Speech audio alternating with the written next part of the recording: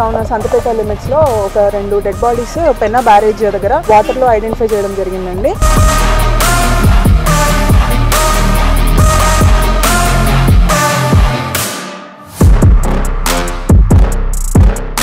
అర్ధరాత్రి జరుగుతుంది 2-3 మధ్యలో అనుకుంటున్నాం.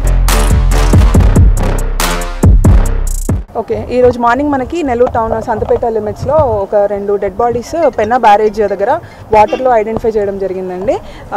ఎవరు వాళ్ళు ఎట్లా జరిగింది అనేది ఇమ్మీడియట్గా సీసీ ఫుటేజెస్ అన్నీ వెరిఫై చేస్తున్నాము. మిగతా టెక్నికల్ డేటా కానివ్వండి, ఇక్కడ లోకల్గా అందరినీ విచారించి ఇమ్మీడియట్గా వీళ్ళు ఎవరు ఎందుకు జరిగింది అనేది ట్రేస్ చేసిస్తామండి. Thank you. పొద్దునే వచ్చిందండి, 8 గంటల ప్రాంతంలో వచ్చి. అర్ధరాత్రి జరుగుతుంది 2-3 మధ్యలో అనుకుంటున్నాం. మనకి ఆల్మోస్ట్ 1-1:30 వరకు అంతా ఇక్కడ బీట్స్ కానివ్వండి అంతా ఉన్నారు. అప్పటి వరకు అయితే ఏం లేదు. ఆ తర్వాత ఏమైనా జరుగుతుందని అనుకుంటున్నాము. ఐడెంటిఫై చేస్తున్నారండి, వెరిఫై చేస్తున్నారు. సీసీ కెమెరాస్ టీమ్స్ వెరిఫై చేస్తున్నారు సీసీ కెమెరాస్.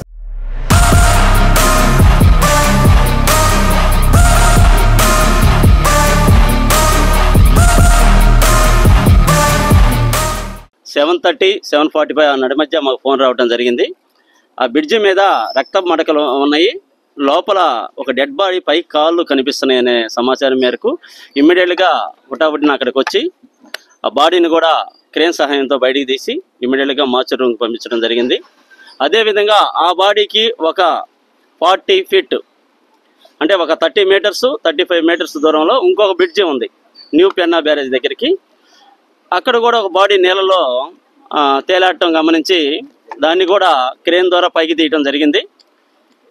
పైకి తీస్తే అతనికి కూడా హెడ్ ఇంజరీ ఉంది లైట్గా ఈ బ్యాక్ సైడు. ఇక చూస్తుంటే ఏదన్నా ఈ యొక్క డ్రైనేజీ వాటిలో పనిచేసే వాళ్ళు కానీ లేదు అంటే పెన్నాలో ఏమన్నా ఫిషింగ్ చేసేవాళ్ళు కానీ ఉండొచ్చనే ఒక సస్పిషియస్.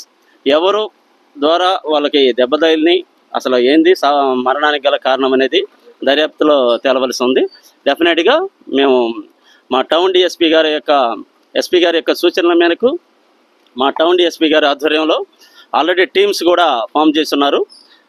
డెఫినెట్గా డిసిజన్ని ముందు ఐడెంటిఫై చేసి ఆ తర్వాత ఎవరు చేశారనేది ఇమ్మీడియట్గా కనిపెడతాం.